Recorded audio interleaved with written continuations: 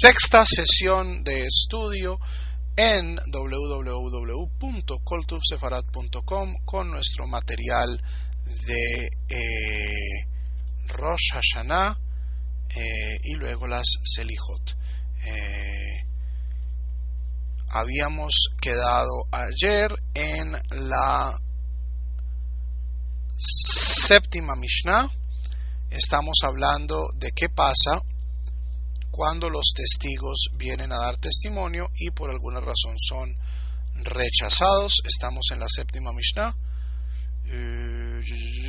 Si quedan preguntas del video anterior, por favor pónganlas mientras comenzamos a dar la explicación. Séptima Mishnah del primer capítulo de Mishnah Rosh Hashanah. Av ubno shera'u et hachodesh yelchu. Lo reduzco un poquito. Av ubno shera'u et hachodesh yelechu lo shemitztarfim ze im ze ele sheim yepasel echad mehem yitztaref hasheni im acher. Un padre y un hijo que ven la luna nueva juntos deben subir a Jerusalén. Lo shemitztarfim ze im ze, no porque ambos puedan ser una pareja de testigos, ela sheim yefasel echad mehem, sino que si uno de ellos es invalidado, yitztaref hashenim acher, entonces ya sea el padre o el hijo, el otro restante, entonces se puede combinar con otra persona que vio la luna nueva para hacer un grupo válido de testigos. En el judaísmo, para ofrecer testimonio sobre la mayoría de las cosas se necesitan dos testigos. Estos testigos, y esta es la razón por la cual esta Mishnah está aquí, no pueden estar emparentados.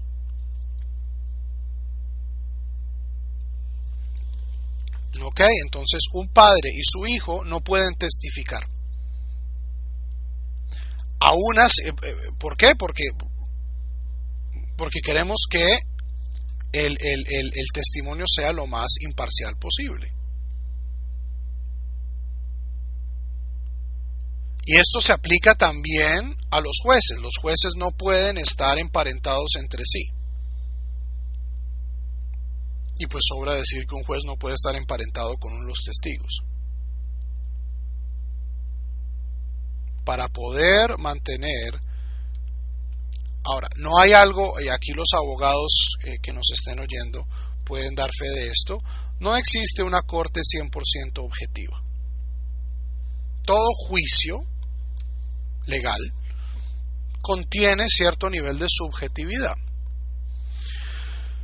Pero si nosotros permitimos relaciones familiares, esto compromete la objetividad de la corte aún más. Entonces, a pesar de que una corte perfectamente objetiva e imparcial es teórica, es imposible a nivel práctico, la halajá toma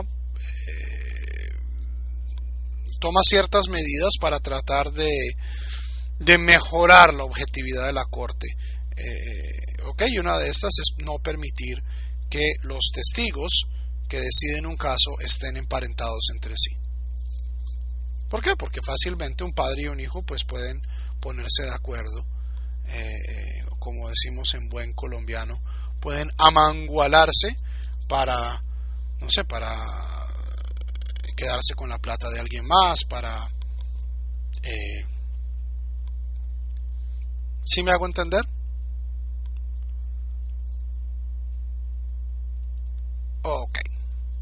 Esta es la primera opinión, es la opinión del Tanna Kama.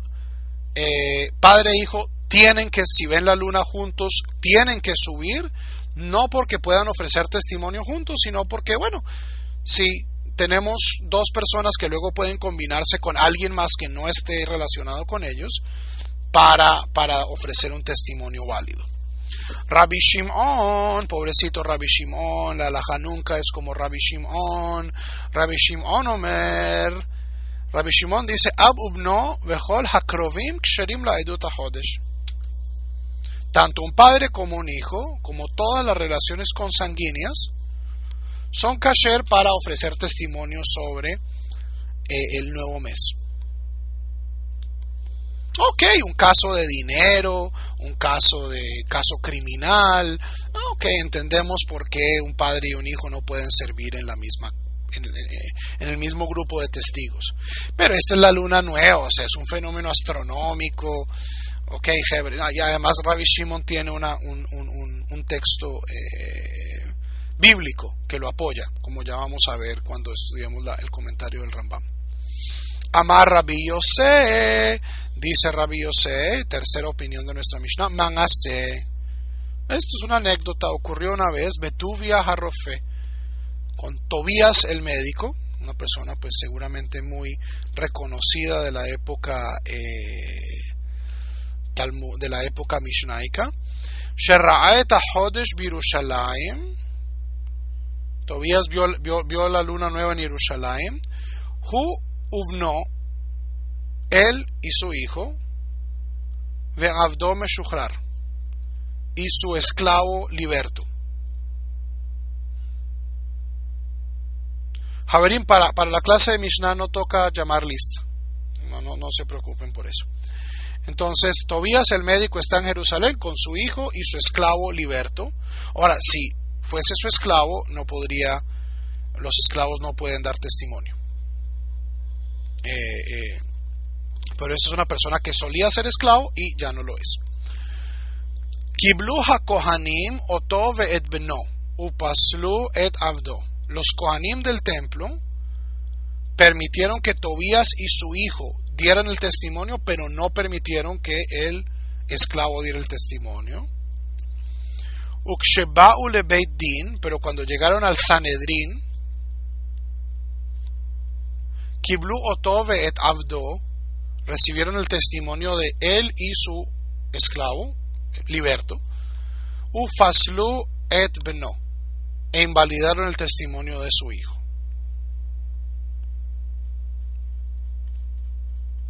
Dice el Rambam en su comentario: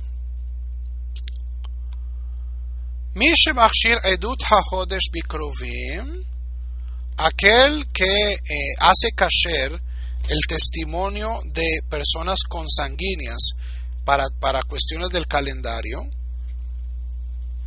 Lomar mimashe amra Torah, se basa en lo que dice la Torah en el 12º capítulo del Éxodo, que es la primera vez es la primera mitzvah de la Torah. De acuerdo a Rashi, en este versículo debería comenzar la Torah, porque es la primera mitzvah. ¿Y cómo comienza el 12º capítulo del Éxodo? Vayomer Hashem el Moshe el Aharon be'eretz Mitzrayim lemor hachodesh hazeh lachem rosh rashei chodashim. Y dijo Hashem a Moisés y a Aarón en la tierra de Egipto, diciendo: este mes será para ustedes el primer mes cabeza del año. Edut zo tehei kashera bachem. Es decir, si Aarón y Moisés, que eran hermanos, y por lo tanto una relación consanguínea prohibida para los demás casos de testimonio, pudieron dar testimonio del primer mes, pues debe ser porque en términos del calendario, pues esto es posible. Es un buen argumento, es un muy buen argumento para la posición de Rabbi Shimon. Vajajamim omerim, pero el Tanakama, que en este caso los sabios, es decir, la mayoría, que es lo que dice, Edut zo tehei mesorah lahem. Esto aparece de que este testimonio será una mesorá. Es pasado hacia ustedes, una tradición. Klomar, es decir, Shereyat HaHodesh Inyana Masur LeBeit Din.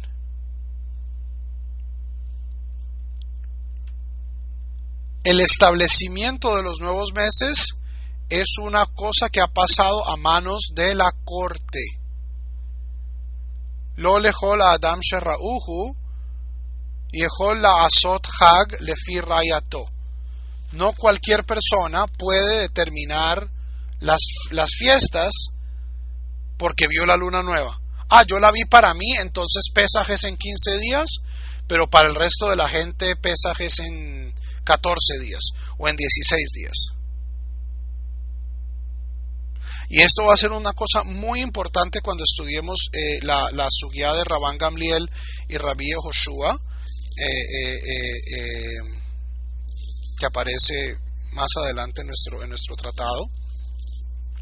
Y es, Javerim, los meses comienzan ¿cuándo?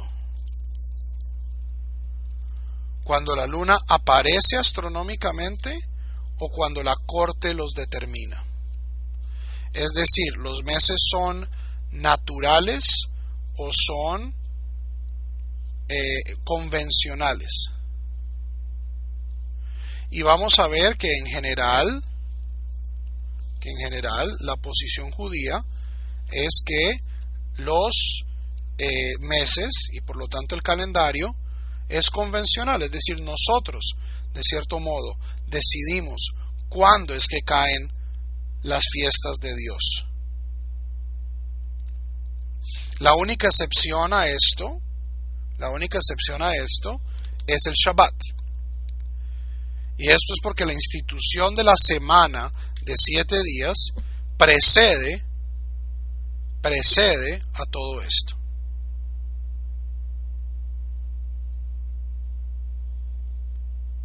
¿Ok? Entonces, si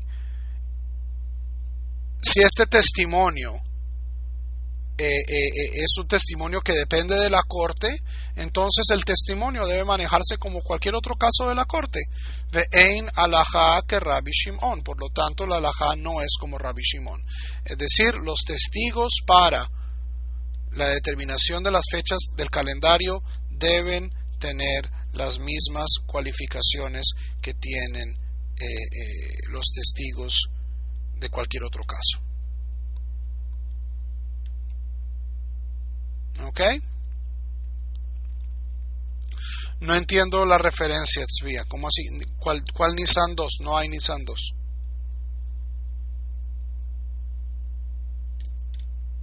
El único mes que se duplica es Adar. Pero eso también depende de la corte. Hoy en día nosotros tenemos años bisiesto de acuerdo a un modelo matemático. Antiguamente, cuando Adar llegaba demasiado temprano, los rabinos decidían intercalar otro Adar, es decir, añadían otro mes. Actualmente es solo por matemática. Esto llevamos haciéndolo desde el siglo VI y fue para acomodar que ya no había un Sanedrín activo en Jerusalén.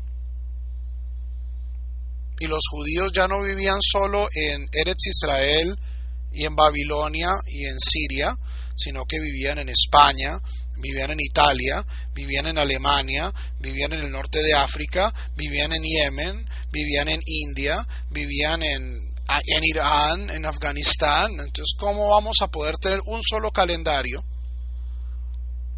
si la diáspora es tan vasta?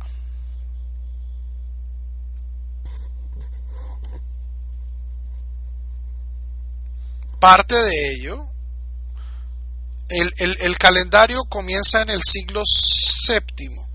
Uno de los últimos Amoraim se llama Hillel, no es el famoso Hillel de todos los cuentos de Hillel, sino es un Amorá, es uno de los sabios de la Gemara del Talmud. A final de la época talmúdica, es decir, comienzo del siglo VII de la Era Común, dice: en Jerusalén ya no hay una corte estable, la diáspora es muy grande, pasemos a un modelo matemático.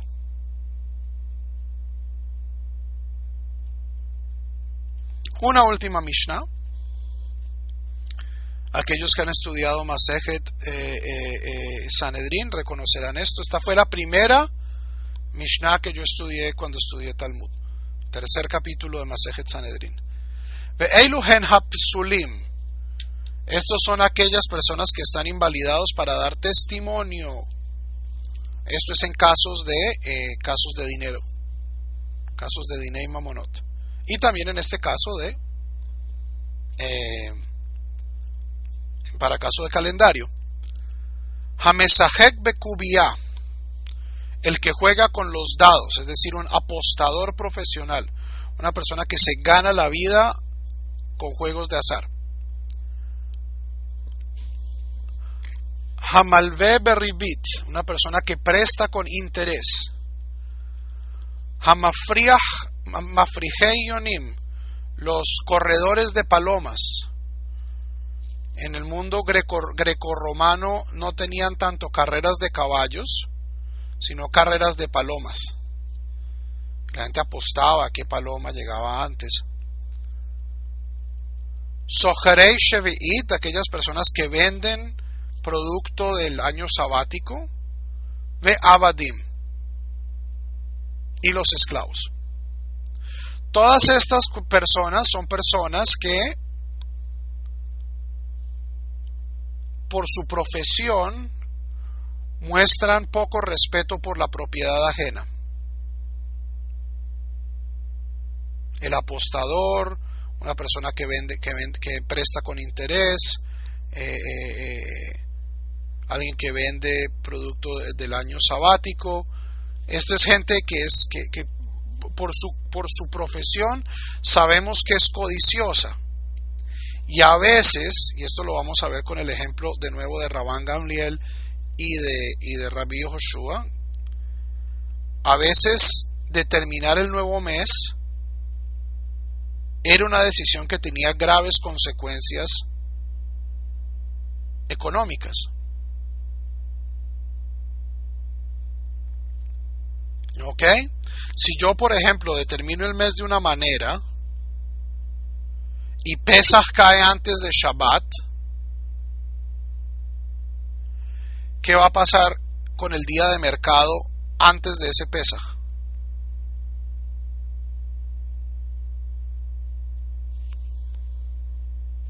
Va a haber una explosión, se vende más necesariamente, porque la gente tiene que comprar para Pesach y para Shabbat. Entonces, determinar el calendario no es una cuestión abstracta, ¿cierto? Completamente teórica, matemática, no. O sea, si yo puedo determinar el calendario con testigos, a veces hay intereses para determinar Rosh Hodesh en este día o en otro día. Y por eso es que la gente que ofrece su testimonio tiene que ser gente confiable a nivel de plata. Ya también vamos a ver esto de los samaritanos. Que no eran los samaritanos, eran los Baitusin. ¿Quiénes son exactamente? Vamos a estudiar cuando lleguemos a esa Mishnah.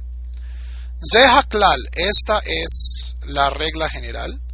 Kol edut she'en ha'isha kshera lah, afhen einan ksherim lah.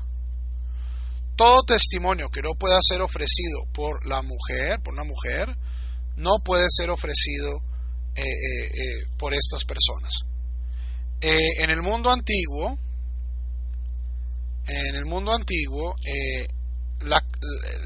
la agencia legal de una mujer era tremendamente limitada. Las mujeres no podían ser jueces, no podían ser testigos en la mayoría de casos, ciertamente no en casos de Dinei Mamonot, es decir,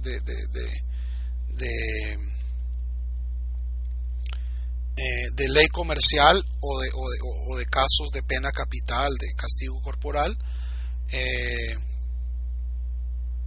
Esta es una de estas áreas donde, en mi opinión, esto es solamente mi opinión, creo que la halajá necesita un poquito de ayornamiento, de idkun, a pesar de que es muy difícil por precedentes muy fuertes tanto en la Torah escrita como en la Torah oral. El Rambam simplemente dice: Itbaer dinei psulei edut vetnaihem bemasejet Sanedrin.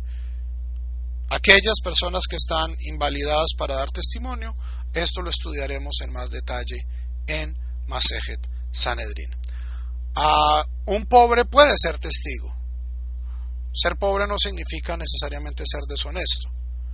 Estas personas puede que sean muy ricas, el apostador, ciertamente el usurero, puede ser una persona muy rica, pero demuestra que es una persona ambiciosa, es una persona que viola la ley o que estaría dispuesto a violar la ley para hacer dinero.